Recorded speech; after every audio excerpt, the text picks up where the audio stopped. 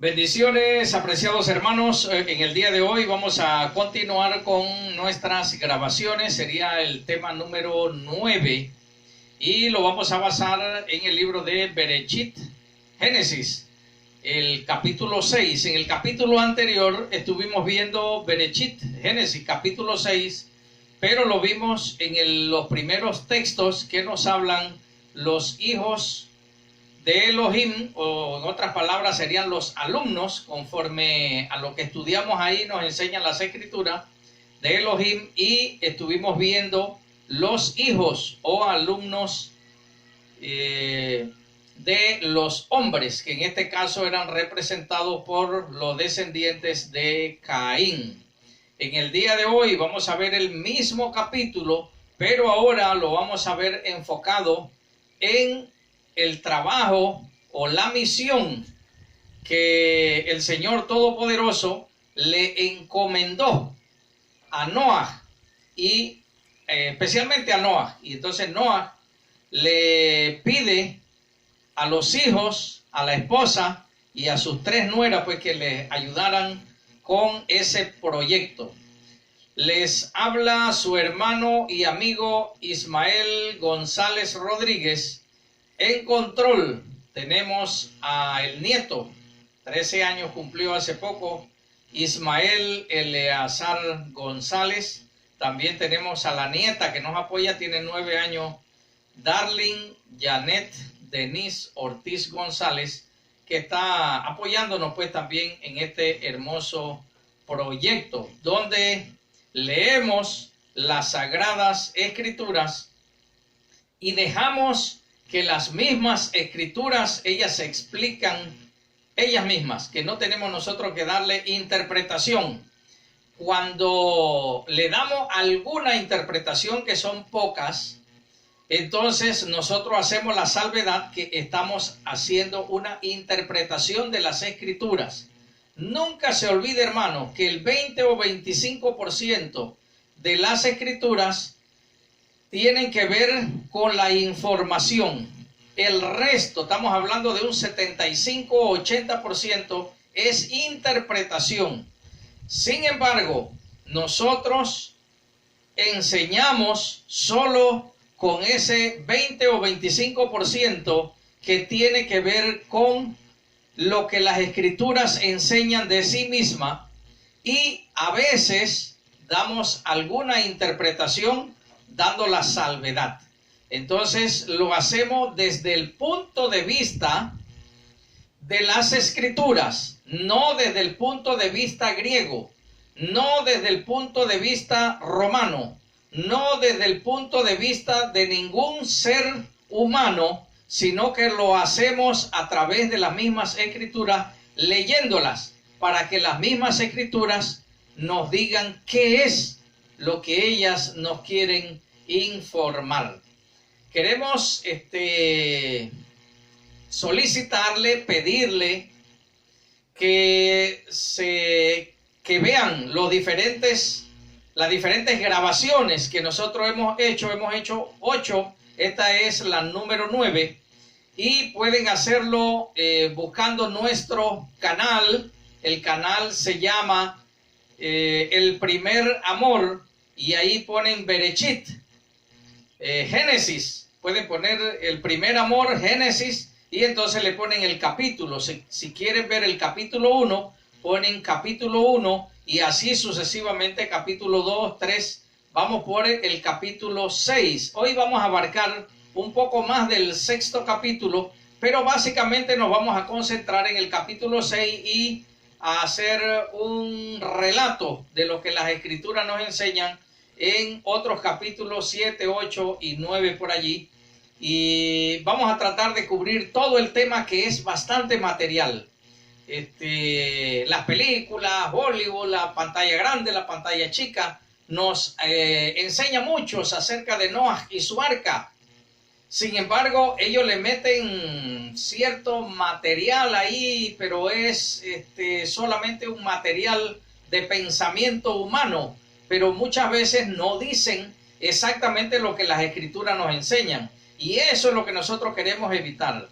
Eliminar todo romanismo, eliminar todo la parte de griega, eliminar todas las pantallas grandes y chicas, eliminar lo que los maestros quieren que nosotros creamos. No, aprenda a estudiar las escrituras. Ese es el propósito, enseñarles a ustedes a estudiar las sagradas escrituras, motivarlos a cada uno de ustedes, nuestros apreciados hermanos y hermanas, a que leamos las escrituras y lo hagamos desde dos puntos de vista.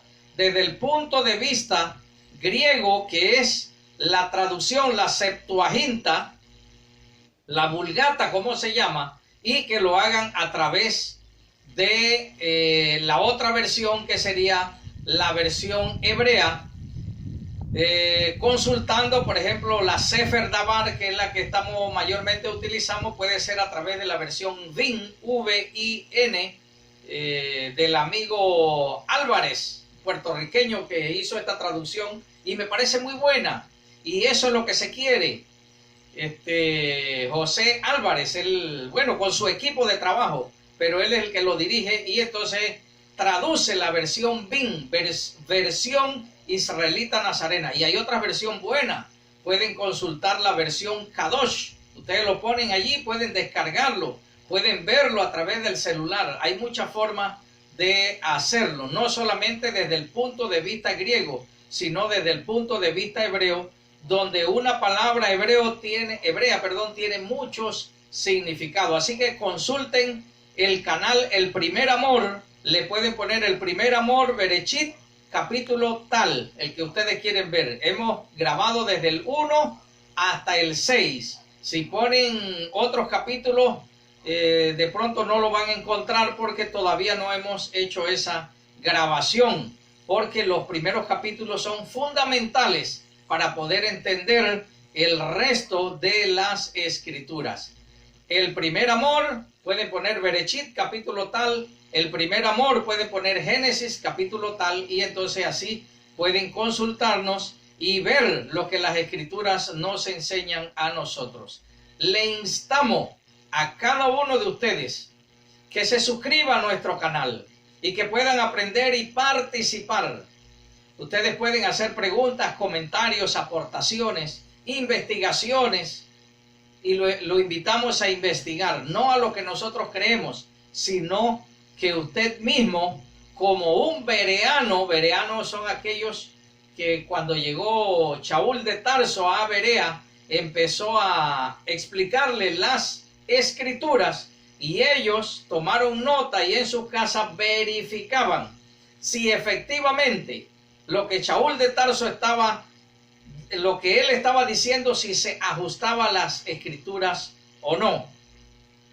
Entonces eso es lo mismo que yo quiero que ustedes hagan cuando nosotros leamos las escrituras. Ustedes verifiquen en su casa, deben de tener un cuaderno, un bolígrafo allí para escribir, tomar nota de algunas citas y verificar que efectivamente eso que yo le estoy leyendo aquí, ustedes lo puedan encontrar en las escrituras. En el capítulo 6, como les dije, estábamos viendo los Nefilín.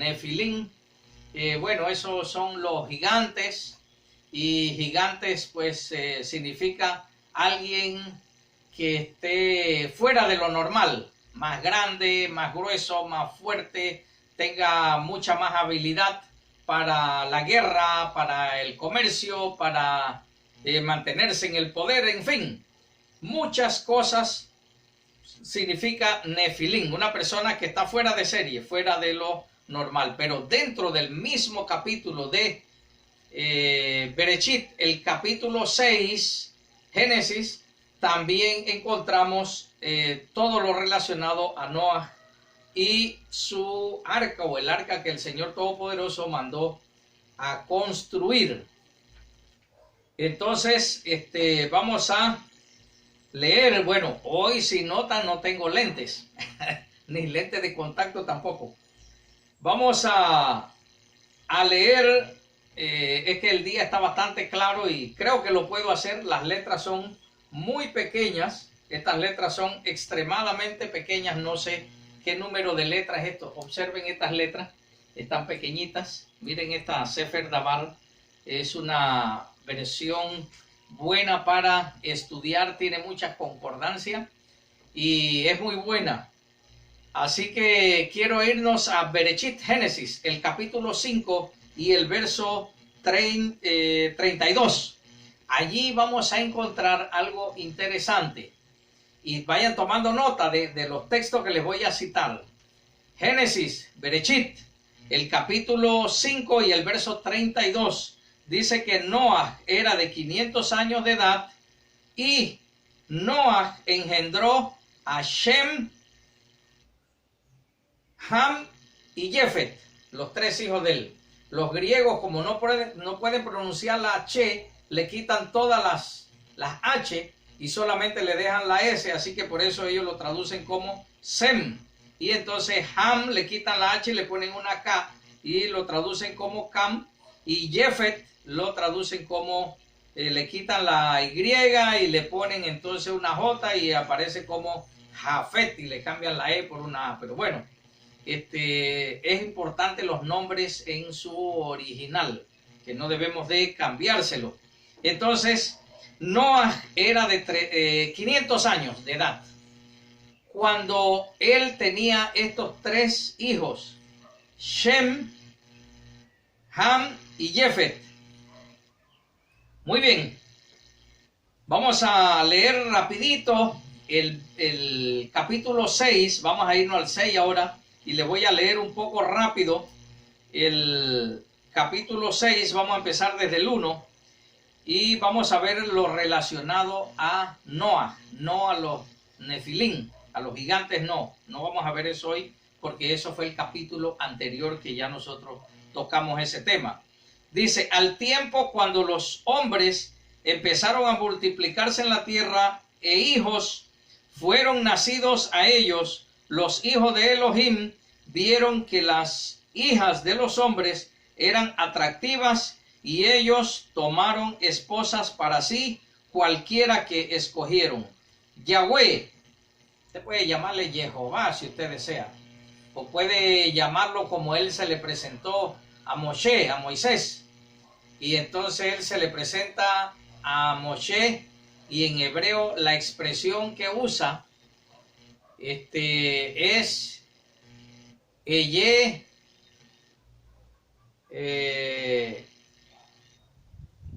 bueno, no recuerdo ahora mismo, ya se lo digo, en cualquier momento se lo digo, pero esto significa yo era el que era, soy el que soy y seré el que seré. Eyer, Asher, Eye, así es que se dice en hebreo. Estamos aprendiendo hebreo aquí para poder interpretar algunas cosas. Eye, Asher, Eye, significa esto. Y está en tres tiempos, pasado, presente y futuro. Así que usted puede llamarle como usted desee. El verso 3 dice Yahweh o Jehová, o puede llamarle Adonai, Elohim, como hay otro que le llaman Yod, Hei, Bab, Hei, que son los cuatro, la Yod, la Hei, la Bab y la Hei, que son los cuatro, que para nosotros sería una Y, una H, una W y otra H, ¿no? Aparece allá en el muro de los lamentos, el nombre del todo creador. Dice, Yahweh dijo, algunos dicen Yahweh, no hay problema con eso. Yahweh dijo, mi ruach, mi espíritu, no permanecerá entre estos hombres para siempre, porque ellos son carne, por lo tanto sus días serán 120 años. Anote ese texto. Bereshit, Génesis 6, 3. Lo que el Señor está diciendo aquí claramente es que yo no voy a pelear más con el ser humano. Mi espíritu de santidad, mi Espíritu Santo no va a pelear más con el ser humano porque nosotros somos diferentes. Yo soy espíritu y ellos son carne. Por lo tanto, ya no van a vivir tantos años como sus antepasados, sino que los voy a limitar solo a 120 años. Es un promedio de vida para aquel entonces. Después se acortó a 70 y los más fuertes 80. y ese es un promedio de vida aproximadamente que tenemos hoy día los seres humanos. Muy bien, entonces no se le está diciendo a Noah, ve y predica 120 años. No, señor, en ningún momento hay una orden de predicar 120 años. Yo no sé de dónde inventaron algunas personas de decir que el Señor le mandó a Noah a predicar 120 años. Y si ese texto existe, entonces a través del canal ponga allí en qué lugar de las Sagradas Escrituras primero se le dio la orden de predicar y segundo se le dio el tiempo que él iba a predicar. Me consiguen esos dos textos que yo sé que no lo van a encontrar a menos que ustedes lo agreguen con puño y letra y le pongan allí y le inventen una cita a eso, porque no lo van a encontrar por ningún lado. No hay ni orden para predicar, ni tampoco hay tiempo de predicar. Y la misma escritura se los va a decir a ustedes, no yo, las escrituras. Muy bien, seguimos. Ahora los gigantes, los Nefilín, estaban sobre la tierra en aquellos días, y después de eso, cuando los hijos de Elohim se llegaron a las hijas de los hombres, y ellos engendraron hijos a ellas, aquellos fueron los gigantes de la antigüedad, hombres de renombre. Eso es lo que significa Nefilín, que fueron hombres de renombre. ¿Renombre qué? En muchos aspectos. Muy bien, verso 5. Dice, Yahweh vio que la gente en la tierra era demasiada perversa. Anote ese texto también, que esto es muy importante. Yahweh, Jehová, o como usted pueda llamarlo, como usted quiera llamarlo,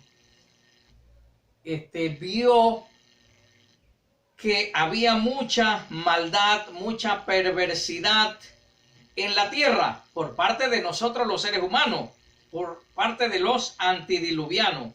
Dice, Yahweh vio que la gente en la tierra era demasiado perversa. ¿Será diferente a nuestros días de hoy? ¿O el Señor todavía está viendo en los seres humanos, en nosotros, la perversidad? Recuerden lo que dijo el maestro, que así como en los días de Noah, así será la venida del hijo de Adán o del hijo del hombre. Entonces tenemos que tomar en cuenta que estamos viviendo hoy unos días muy similares a los días que vivieron las personas en los tiempos de Noah o antidiluviano. El Señor Todopoderoso, nuestro Creador, vio que había mucha perversidad en la tierra. Dice, Yahweh vio que la gente en la tierra era perversa y todas las imaginaciones, algunas versiones traducen como intenciones, todas las imaginaciones de sus corazones eran siempre solamente de maldad. Todo lo que el ser humano pensaba era de maldad. Había perversidad en la tierra, había maldad en la tierra. Yahweh lo llevó al corazón que él había hecho al hombre, o al ser humano más bien, no vamos a decir hombre porque se puede malinterpretar que solamente hizo los hombres, que él había hecho al ser humano sobre la tierra, y lo lamentó profundamente. No se dice se arrepintió de haberlos hecho. Eso está mal dicho, porque la misma escritura dice que él no es ser humano para arrepentirse. Él lo lamentó. Es una mejor traducción a manera de recomendación. Y Yahweh dijo, viene la sentencia para los antidiluvianos. Anote este texto. Bereshit, Génesis, capítulo 6, el verso 7. Viene una sentencia por parte del Creador. Todavía no se había dado la orden de construir el arca. Todavía no se había dado esa orden. Dice, y Yahweh dijo. ¿Y qué dijo él? dice, raeré de la faz de la tierra al ser humano, la cual yo he hecho desde el ser humano a ganado y desde cosas que se arrastran a las criaturas que vuelan en el cielo, porque estoy exasperado que yo jamás los hice. Esa es la sentencia. Y nadie que esté sentenciado, en este caso, que él sentenció, ahora va a mandar a Noah a que les predique a una gente que ya está condenado. Están condenados a muerte. Ahí no hay vuelta atrás. El tiempo de ellos se acabó. El Señor dijo, hasta aquí llegó el ser humano. No quiero más estos seres humanos sobre la tierra. Dice, pero Noah encontró gracias a los ojos de Yahweh. Él encontró gracias a los ojos de Yahweh. Entonces hay esperanza. No todo está perdido. Él sentencia al ser humano, sin embargo, deja una simiente. Deja una semilla para que tú que me estás escuchando y que yo podamos existir. Entonces no todo está perdido. Él sentenció a todos los seres humanos menos a Noah. Verso 7, estamos en el capítulo 6, Génesis, Bereshit. Y estas son las generaciones de Noah. Noah era un hombre recto y siendo perfecto en su generación. Esta es una palabra hebrea que a veces no se logra entender. Porque siempre decimos, no, es que no hay nadie perfecto. Pero el Señor dice que sí, Él fue perfecto en su generación y era recto en su generación. Entonces, en el Sermón del Monte, el maestro, por allá por el capítulo 5, dice, sed perfecto como vuestro Padre que está en los cielos es perfecto. Entonces, ¿se puede o no se puede? Claro que sí se puede. Lo único que nosotros entendemos, la palabra perfecto es sin error. Y no es así. Usted toma una fruta, cualquiera que sea. El árbol, primero sale la flor, luego sale una fruta muy pequeña que no es perfecta y empieza a subir, a crecer, pues, a crecer. Luego decimos nosotros se pone pintona, como que ya está a punto de madurar, pero no está madura, todavía no está perfecta y sigue, pero llega el momento que la fruta está perfecta para comer. Y luego empieza un periodo de descomposición, entonces empieza a bajar. Hasta que llega el punto que ya usted no la puede comer porque ya no es perfecta.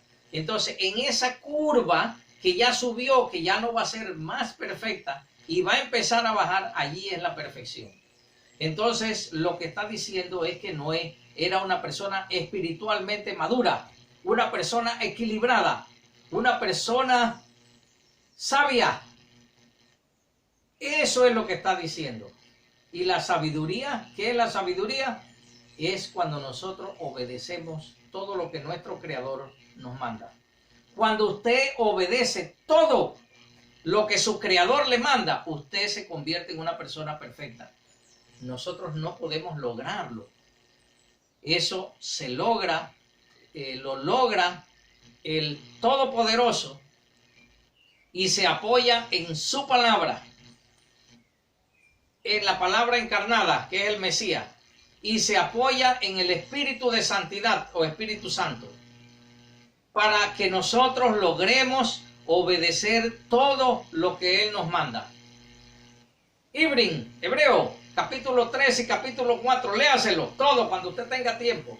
¿Y cuál es el discurso ahí de Shaul de Tarso, que es el que se le atribuye este libro? Él sencillamente dice en estos dos capítulos para decir tres cosas. Crean en el Señor Todopoderoso, en el Creador. 1. 2. Obedézcale a Él en todo. Y número 3 dice, apártense del mal.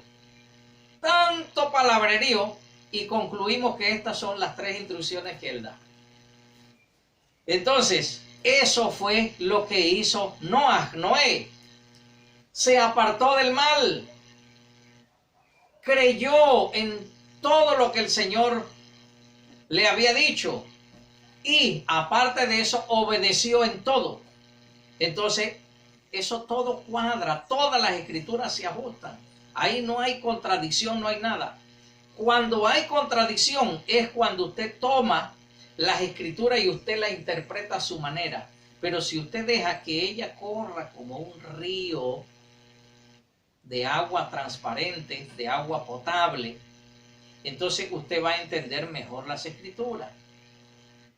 O usted toma la mentalidad o filosofía de los griegos y trata de entender las escrituras a través de eso, no va a cuadrar. Lo mismo pasa con los romanos. Los romanos han metido mucha mano en las escrituras, en la manera de interpretación, y han inventado tantas cosas que nosotros hemos heredado, y por eso que nos cuesta entender las escrituras. Entonces, olvídese de esas culturas antiguas y concéntrese a lo que enseñan las escrituras. Noé era perfecto. Perfecto significa maduro en todas sus expresiones. Y nosotros podemos ser maduros, equilibrados y apartarnos del mal. Entonces, eso fue lo que él hizo. Era perfecto y aparte de ser perfecto, dice que él era una persona recta.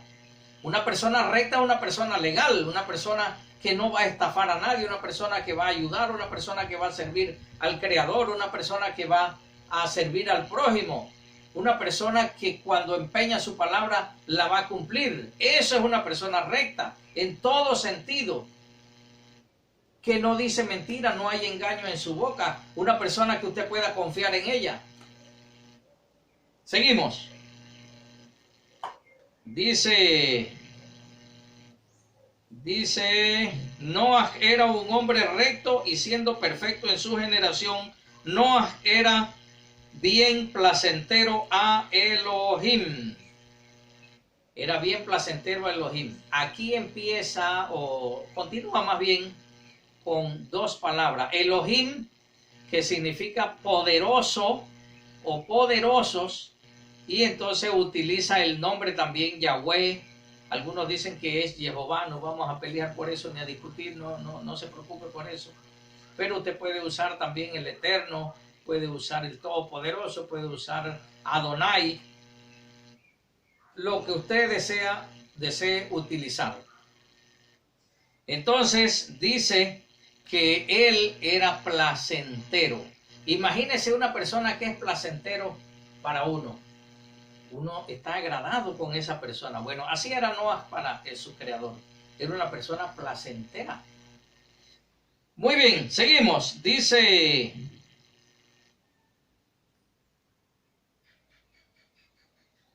Noé engendró 3 hijos, Shem, Ham y Jefet. La tierra estaba corrompida ante Elohim. La tierra estaba lleno de violencia. Mire que está usando la palabra constantemente Elohim, Elohim, Elohim. La tierra, el mundo, tenía varios problemas. Había perversidad, había maldad, había violencia. ¿Será diferente hoy día? Dice que la gente era perversa.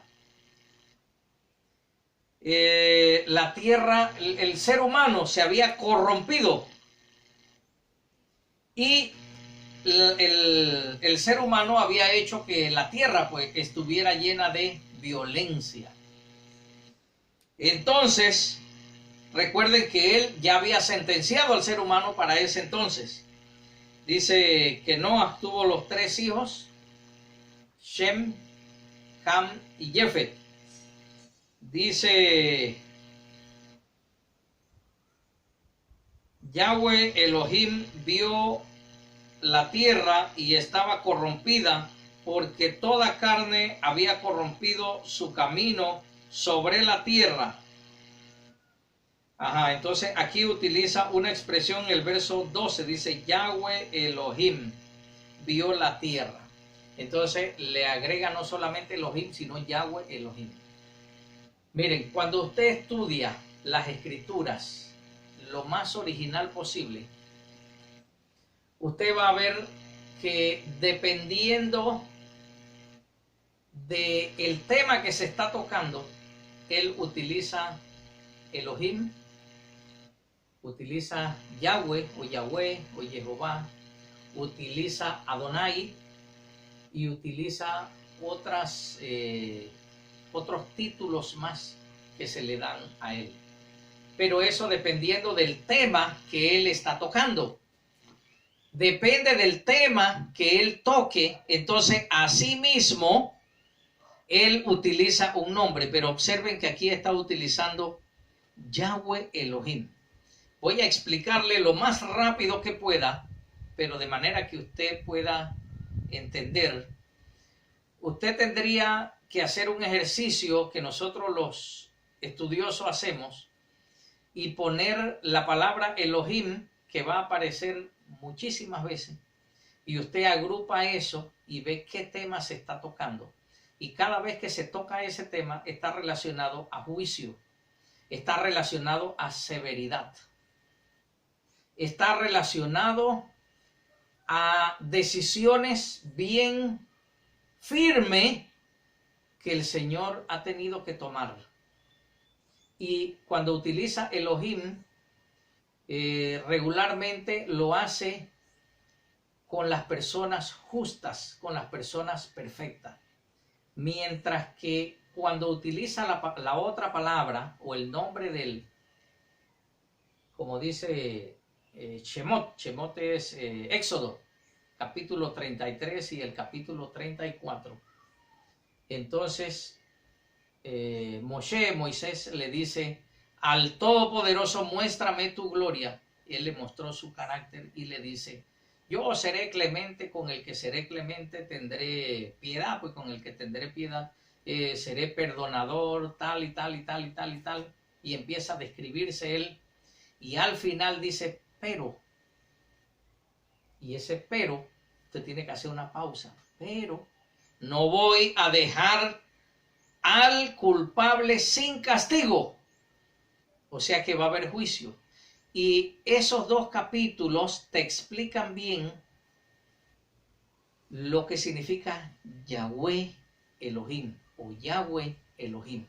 Te lo explica. Porque uno tiene que ver con la clemencia, que es el nombre, y el otro título, que es poderoso Elohim, tiene que ver con la parte rigurosa, con la parte de juicio, con una decisión que él tomó.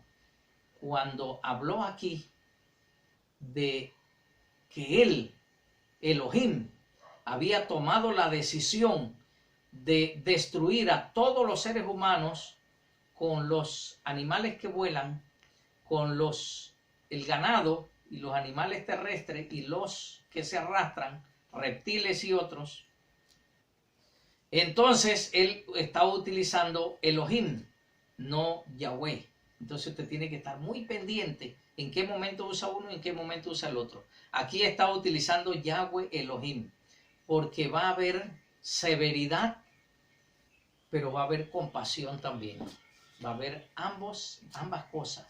Y él es severidad y también él es compasivo, amoroso. Pero el amor no significa un paternalismo, un liberalismo, que usted puede ser todo lo que usted quiera y nuestro Padre Celestial se va a hacer de la vista gorda y no va a tomar acción.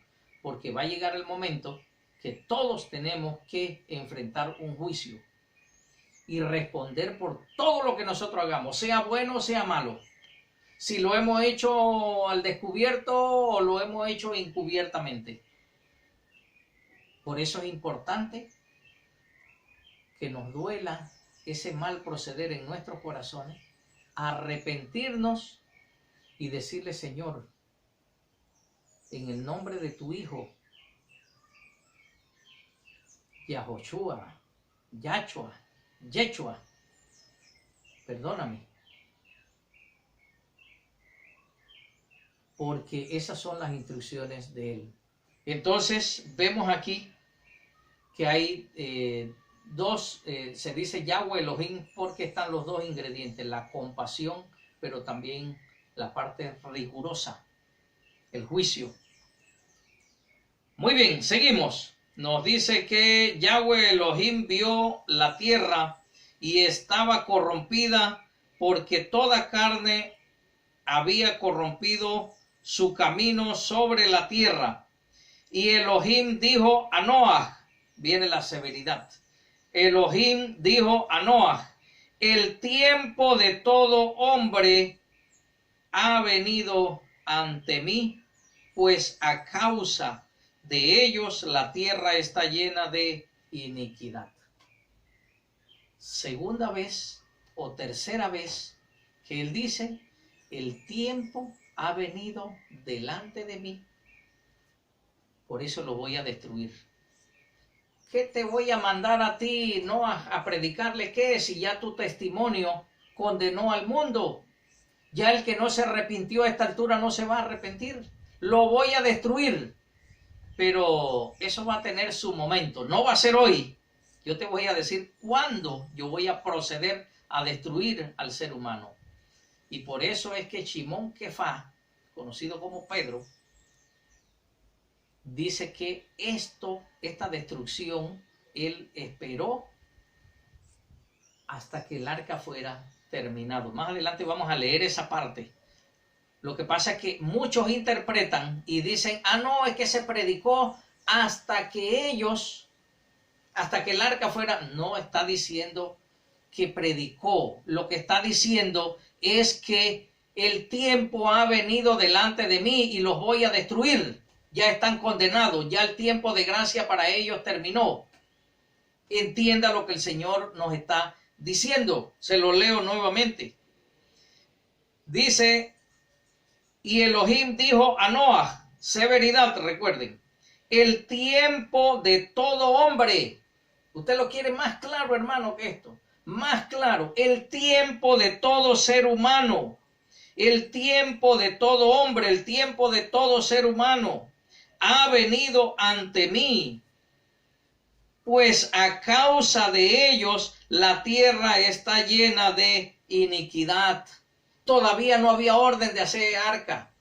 La orden todavía no se había dado. Eso viene más adelante.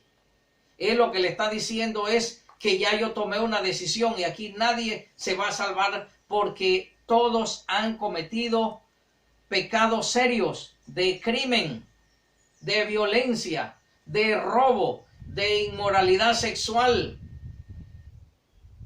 Todo lo que el ser humano hacía.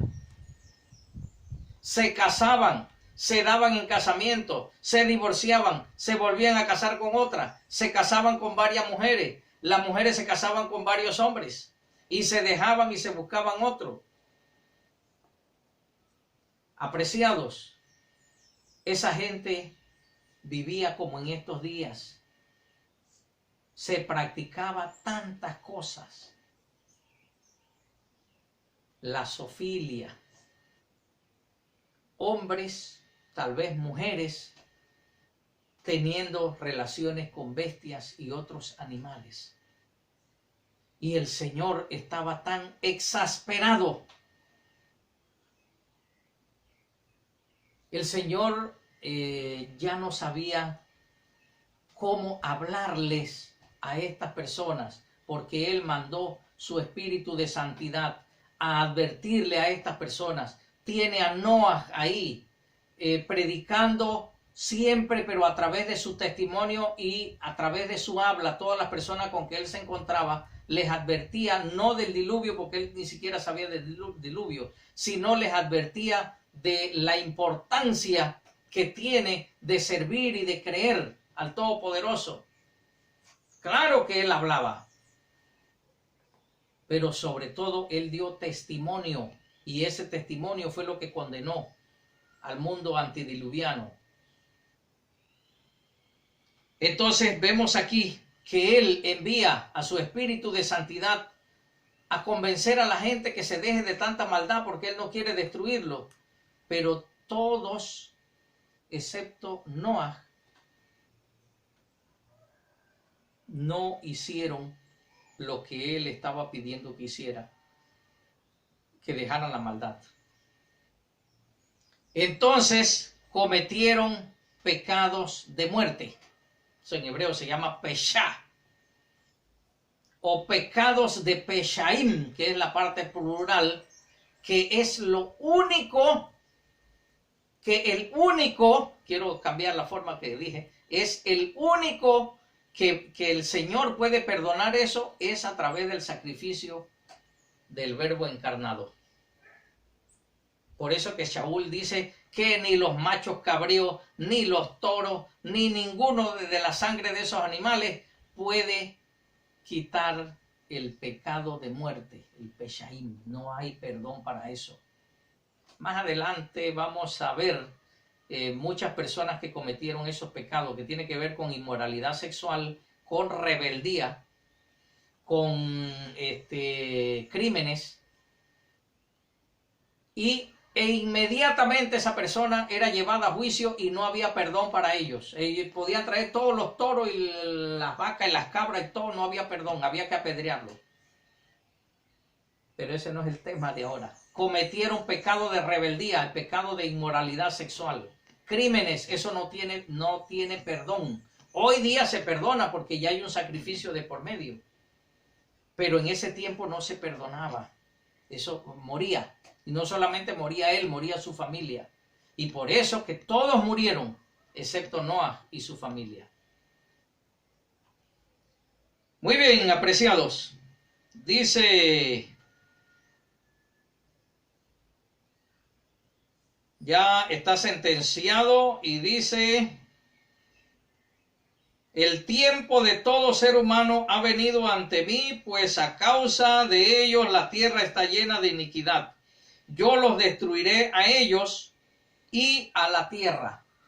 No dice, hermano, yo le voy a mandar un predicador. No dice eso. Yo los destruiré a ellos y voy a destruir la tierra.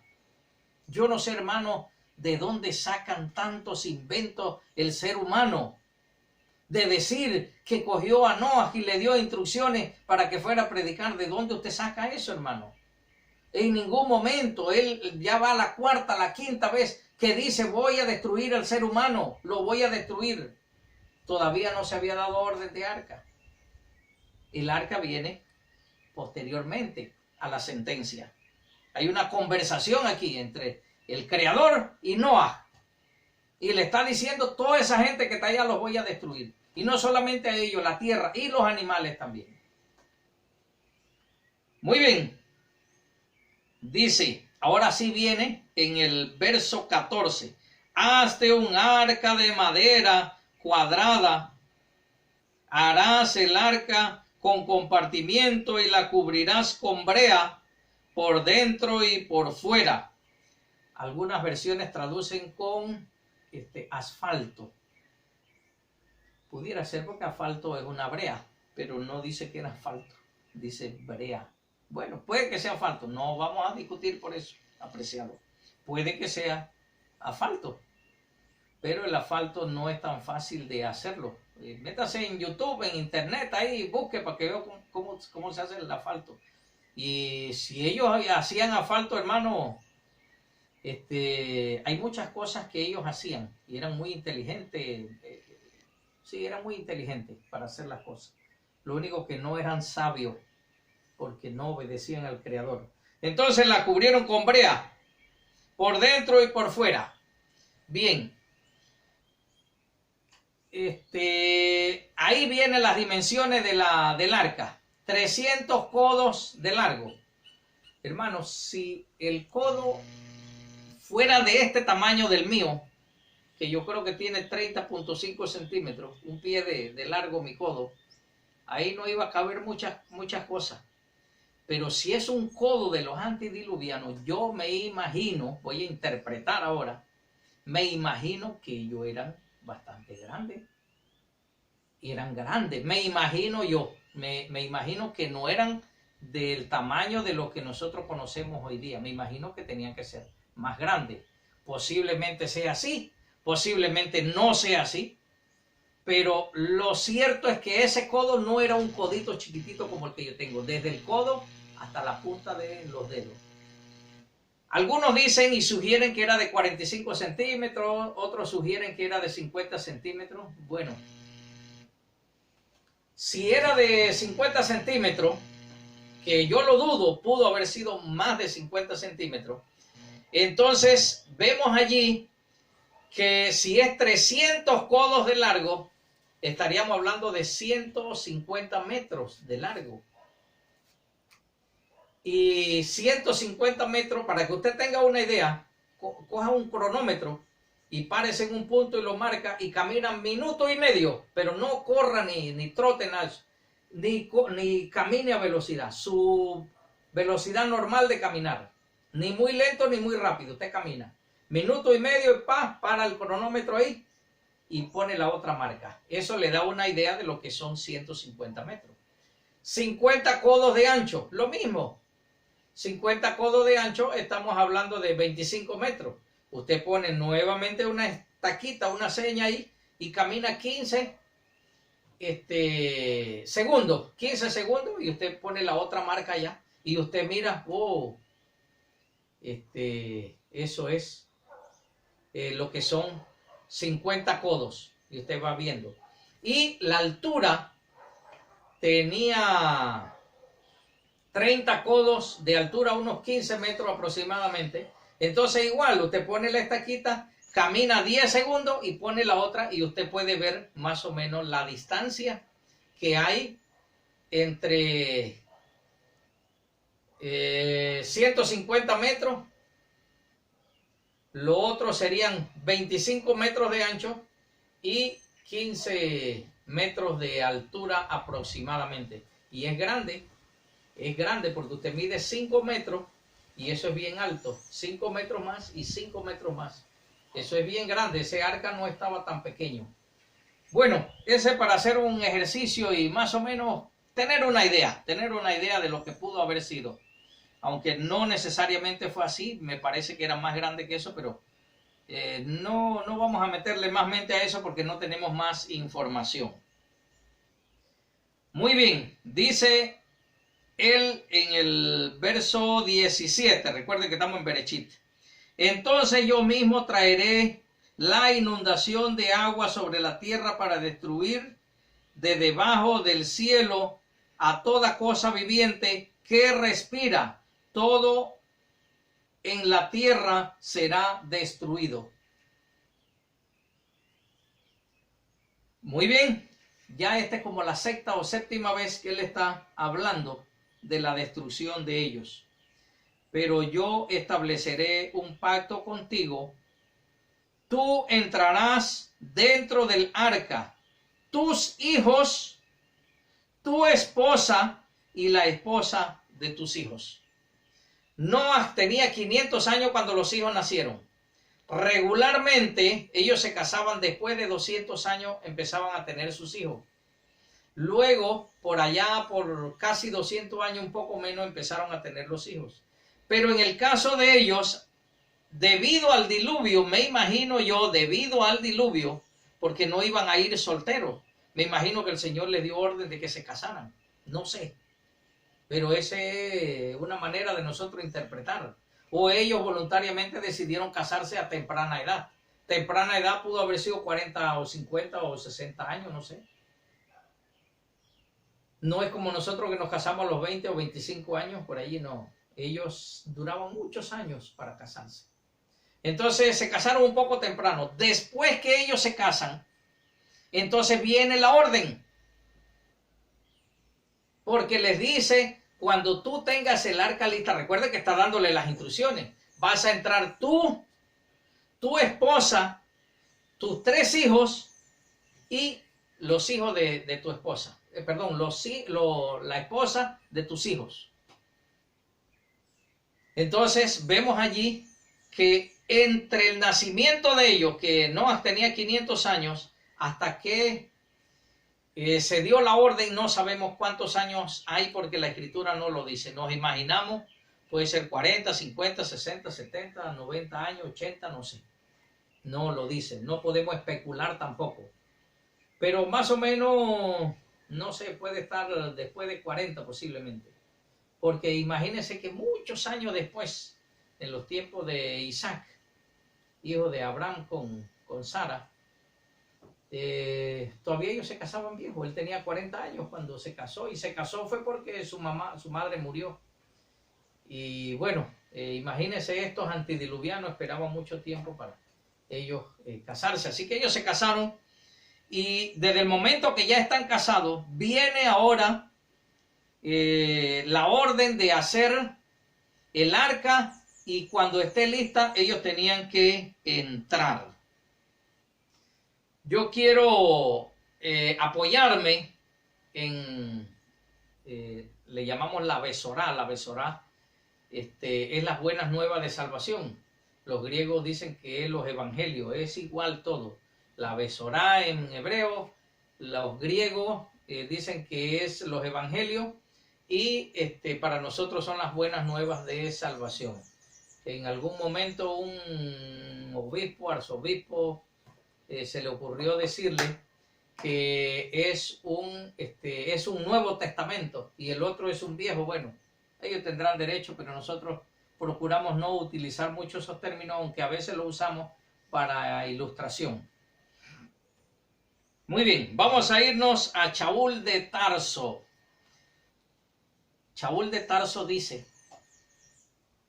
inspirado dice que ese arca no se hizo para todo el mundo, se hizo para él y su familia. Vamos a verlo. Porque el resto ya está condenado a muerte. Ahí no había vuelta atrás. Y eso lo encontramos en Ibrin, hebreo. Vamos a irnos a Ibrin, hebreo. Aquí está. El verso 11. Y vamos a irnos al verso 7. Por la confianza, Noah, después de recibir advertencia divina acerca de cosas que todavía no se veía, fue lleno de temor Kadosh. Kadosh, recuerden que es santo, de temor santo. Fue lleno de temor santo e hizo un arca para salvar a los de su casa. Hermano, usted lo quiere más claro que esto. Lo quiere más claro que esto. Él hizo un arca para salvar a los de su casa. Esto cuadra perfectamente que ninguna otra persona estaba convidado ya a esa altura. Habían sido convidados anteriormente, pero a esa altura ya no había oportunidad. El tiempo había llegado delante del Señor, el tiempo del ser humano. Entonces vemos aquí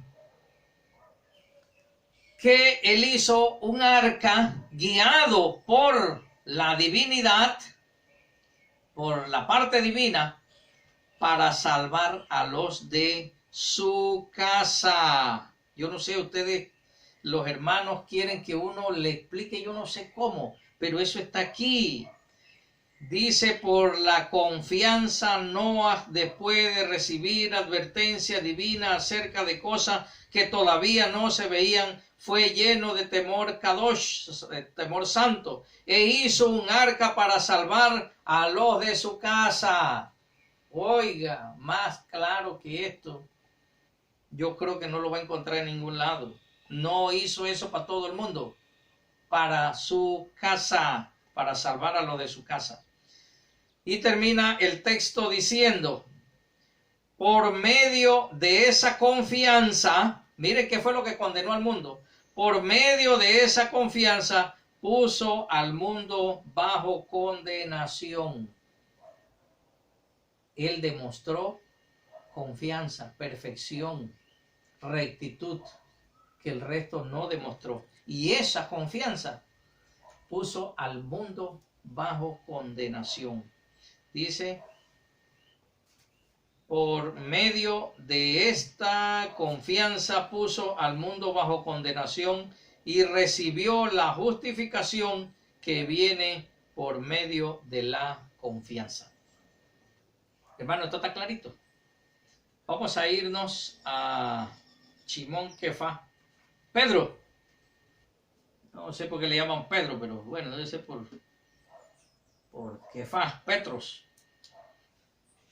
Él era pregonero de justicia. Noah era pregonero de justicia, pero no un pregonero como nosotros conocemos, que son esos que andan por allí de casa en casa con micrófono, megáfono, cosas así. No. Vamos a ver, está en segunda de Shimón Kefá 2.5. Aquí lo tengo, 2.5. Y aquí nos dice que era pregonero de justicia. Vamos a irnos y nos dice así.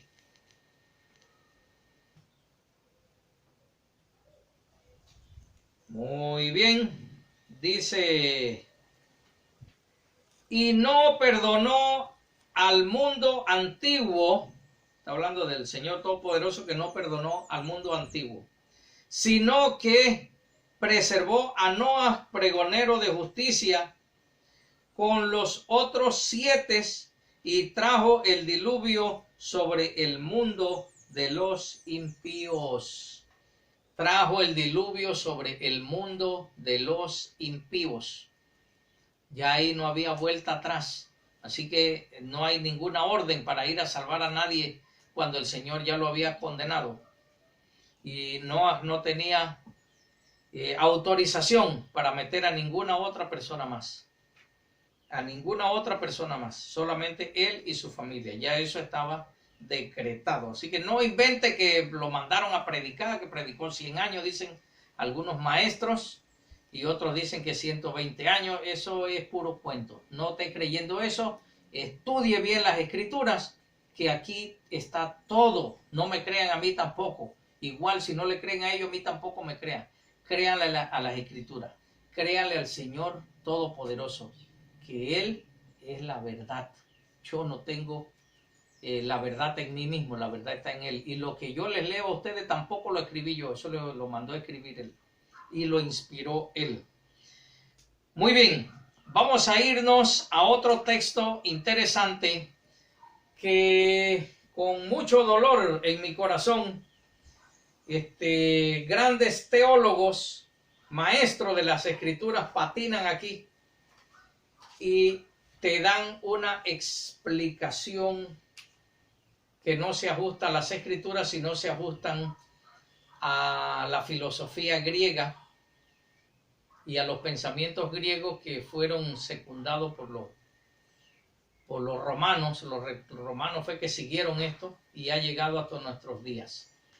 Mire, le voy a tratar de hablar lo más rápido que pueda porque ya llevamos bastante tiempo en esto.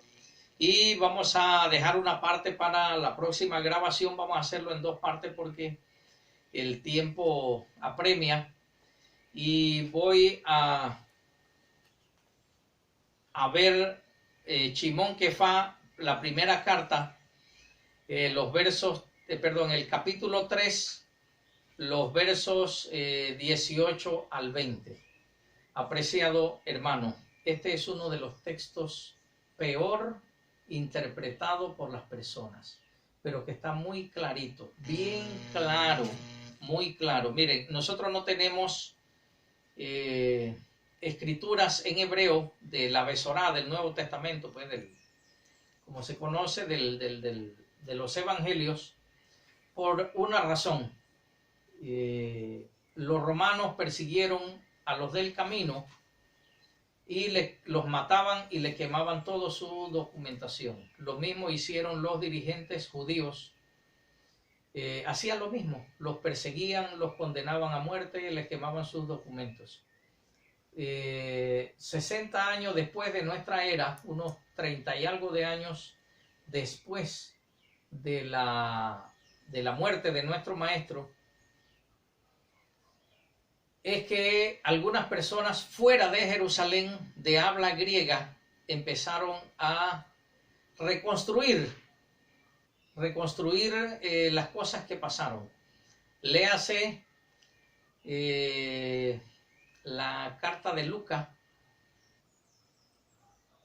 el libro de Lucas, es la versión según Lucas, pero que él no lo escribió, sino que él era lo que contaba, pues, y otras personas lo escribieron. Y entonces vean allí cuando él empieza, que esto venía de boca en boca hasta nuestros días, y por eso el que está escribiendo allí escribe en base a lo que venía de boca en boca, eso es todo. Entonces, así se dieron los hechos. Entonces, ¿qué pasa? Que el Todopoderoso le dice a nuestros primeros padres que el día que coman de ese fruto, pues ciertamente muriendo morirás. Dice en hebreo que como me encanta esa expresión de ellos, muriendo morirás, porque nosotros empezamos a morir poco a poco hasta que finalmente morimos. Entonces, la serpiente dijo, no morirás, y allí nace la inmortalidad del alma. Entonces el Señor enseña en las Escrituras que el cuerpo es una cosa, el ruaj, el espíritu, es otra cosa, el espíritu que Él nos da, y ambos, tanto el cuerpo como el espíritu, conforman algo que se llama el alma. Con el tiempo, en los tiempos de los profetas, en el tiempo de los escritos, al alma también se le llama ruaj, espíritu, hasta el punto que, por ejemplo, Miriam, la madre del maestro, dice, mi espíritu está conmovido, y algunos declaran y dicen, mi espíritu está triste, mi ser está triste, o está alegre, y ya se empezó a utilizar la palabra espíritu como alma, parecido así, pero en principio no fue así. Entonces tenemos que tener esto bien en cuenta para poder entender bien las Escrituras. Entonces, eso es lo que Shimon Kefá, Pedro nos está explicando a nosotros aquí en este texto que yo les voy a leer para que podamos entender. Aquí en este texto que les voy a citar aparecen 3 sujetos.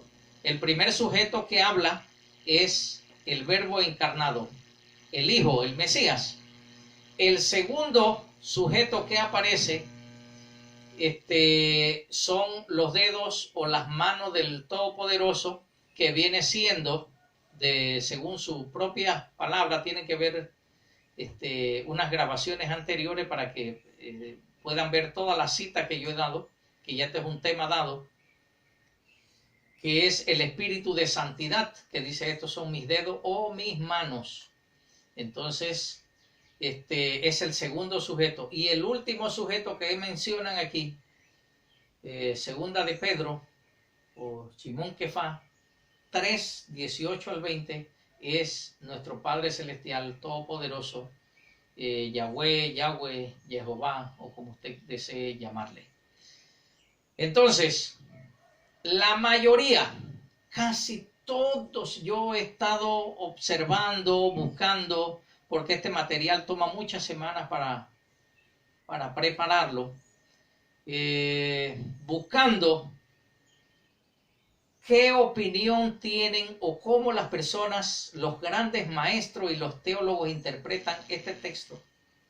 Y la mayoría coincide que enseñan la inmortalidad del alma con esto, que el alma se va para el infierno, la mayoría, otros dicen que se va para el purgatorio, y en fin, empiezan a enseñar esto, que el Mesías no murió, sino que el Mesías siguió vivo y se fue a ciertos lugares a predicarle a los antidiluvianos. Hermanos, Eso a mí me da dolor escuchar muchos maestros de las escrituras, muchos teólogos, muchos pastores patinar de esta manera, porque lo hacen desde un punto de vista griego y no desde el punto de vista de las escrituras, y tampoco buscan los originales para traducirlo directamente de los originales.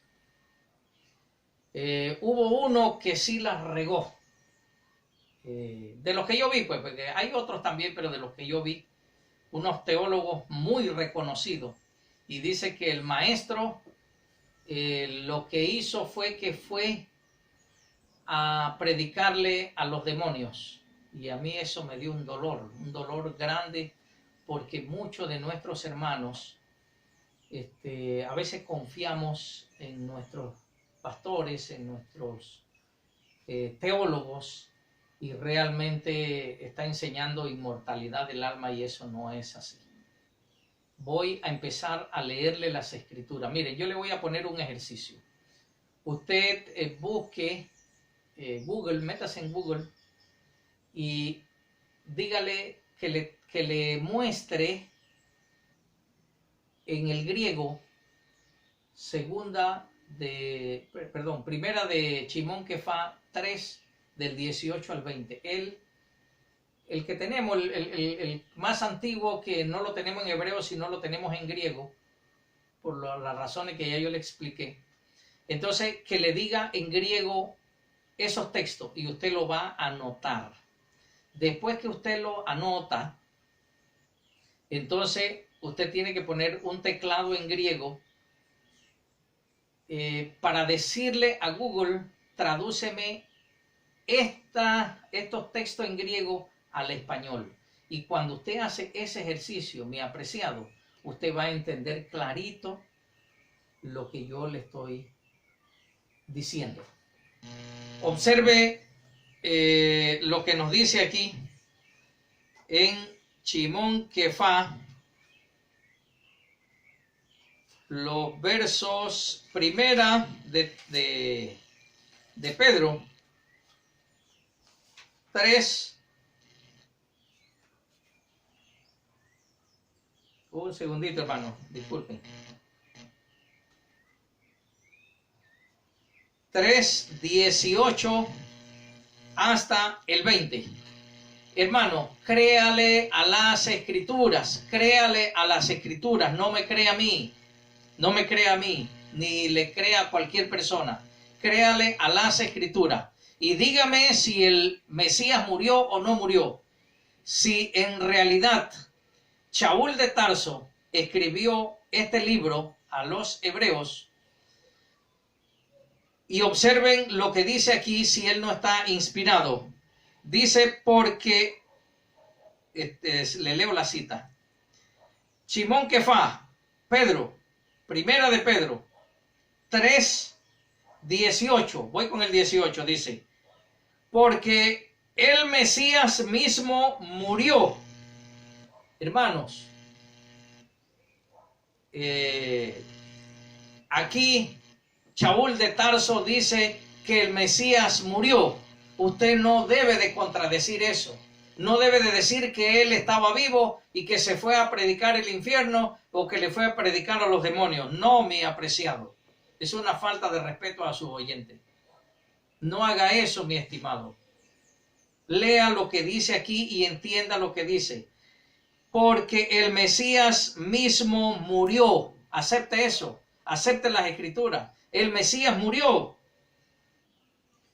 por los pecados una vez para siempre. Está clarito. El mismo Mesías murió por los pecados una vez para siempre. Una persona justa en nombre de las personas injustas, para poder acercarlos a ustedes hacia Yahweh, o hacia Jehová, o hacia el Creador. Entonces, él murió. Subraya esa palabra, murió. Una sola vez para siempre. uno justo muriendo en nombre de los injustos para acercarnos a nosotros al Señor Todopoderoso. Dice, Él fue entregado a muerte en la carne. Está hablando del primer sujeto. Él fue entregado a muerte en la carne. Ahora viene y habla del segundo sujeto, que es el Ruaj. Hermano, si usted no hace la pausa, usted se enreda aquí. Aquí está el enredo y se lo aclara el griego. Busque en griego, que allí está la manera correcta de interpretar este texto. Dice, viene y habla del segundo sujeto. El primero dice, Él fue entregado a muerte en la carne, pero resucitado por el Ruaj. Está hablando del segundo sujeto ahora. Hay dos sujetos, uno que murió y el Ruaj, el Espíritu Santo, el Espíritu de Santidad, lo resucita. Ahora hace una pausa y empieza a hablar del segundo sujeto. Dice, y de esta forma, ¿de qué forma? Hermano, entienda, de la manera en que Él murió y fue resucitado. De la manera en que el Verbo encarnado muere y el Espíritu de Santidad lo resucita. De esta manera, observen, de esta manera, dice, y de esta forma fue y les hizo una proclamación a los Ruajim, a los espíritus en prisión, a aquellos que fueron desobedientes hace mucho tiempo, en los días de Noah, mientras Yahweh pacientemente esperó durante la construcción del arca, en la cual pocas personas, para ser específico, 8, fueron salvados por medio de agua. De la manera en que el Verbo encarnado muere y es resucitado por el Ruaj, de esa misma manera se les da una proclamación a los antediluvianos que no tengan ninguna excusa, ni nosotros tampoco vamos a tener ninguna excusa por la cual decir que nosotros no lo logramos por tal o cual motivo. No. Esta es una cátedra que se le va a dar a ellos en el día del juicio.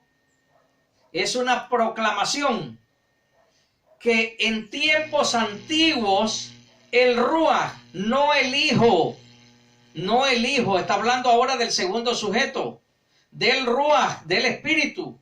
El Espíritu les habló a los antediluvianos. No fue el Hijo, no fue el Verbo encarnado, por ningún lado aparece eso. Tampoco fue Noah el encargado de eso. El que le fue a advertir a ellos fue el Espíritu de Santidad. Entonces, estudie las Escrituras como son y no esté inventando y tratando de enseñar filosofías griegas de la inmortalidad del alma. No, cuando él dice que muere es porque muere. Y si el Mesías murió, murió. Él no fue a ningún lado a predicarle a nadie. Él estaba muerto, estaba reposando, estaba descansando. 3 días literales y 3 noches literales. Así que no invente, mi apreciado. No invente. Ajústese a lo que dicen las Escrituras y punto. No busque fuente extra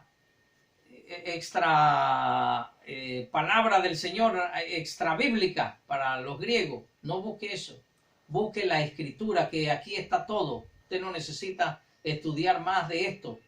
Aparte de esto, estudie esto. Usted puede hacer consultas, puede leer la historia para ubicarse, pero eso no nos va a decir a nosotros creer en esas cosas. Nos podemos guiar para la ubicación histórica de las cosas, hasta allí. Pero lo único que nosotros debemos de creer es en las Escrituras. Entonces, primer sujeto, el Hijo que muere es resucitado por el Espíritu, el segundo sujeto, y de esta manera se le da la cátedra a los antidiluvianos, y no solamente a los antidiluvianos, a todos nosotros también que cometemos pecados de muerte, y que si no nos arrepentimos vamos a perecer. Entonces el Espíritu fue a advertirle a los antidiluvianos, no fue el Mesías, porque él empieza diciendo que el Mesías estuvo muerto esos 3 días y esas 3 noches. Fue el Espíritu. Seguimos. Dice esto también. No, el 20 nos dice: aquellos que fueron desobedientes hace mucho tiempo, en los días de Noah, mientras Yahweh pacientemente esperó durante la construcción del arca, en la cual pocas personas, para ser específico, 8 fueron salvados por medio de agua. Bueno, mis apreciados hermanos, este es uno de los textos peor interpretado por muchos maestros. Pero hagan la dinámica, estudien, busquen. Vamos a ir para atrás y vamos a ir concluyendo. Recuerden que les dije que íbamos a hacer este tema en 2 secciones. Número 1, aproximadamente, uso la palabra aproximadamente porque en la próxima grabación vamos a demostrar que no exactamente a los 500 años él tuvo esos hijos, sino a los aproximadamente 502 años, y la misma escritura nos va a dar. Miren, la escritura, a pesar de que tiene muchos números, no es un libro de matemática. Y la forma de escribir las escrituras no es como nosotros lo hacemos con día, mes, semana, año, hora. No, antes no se escribía así. Se ponía un aproximado, y hay que entender esa parte también. No podemos tomarlo como en nuestros días, interpretarlo que no, que a los 500 años, no. 500 es sencillo. A los 500 años Noah tuvo sus 3 hijos, Shem, Ham y Jefet. El Señor vio la maldad, la perversidad, vio la violencia de los seres humanos, el descontrol, la corrupción, y condena a los seres humanos. Luego, después de haberlos condenado, ya para ese entonces los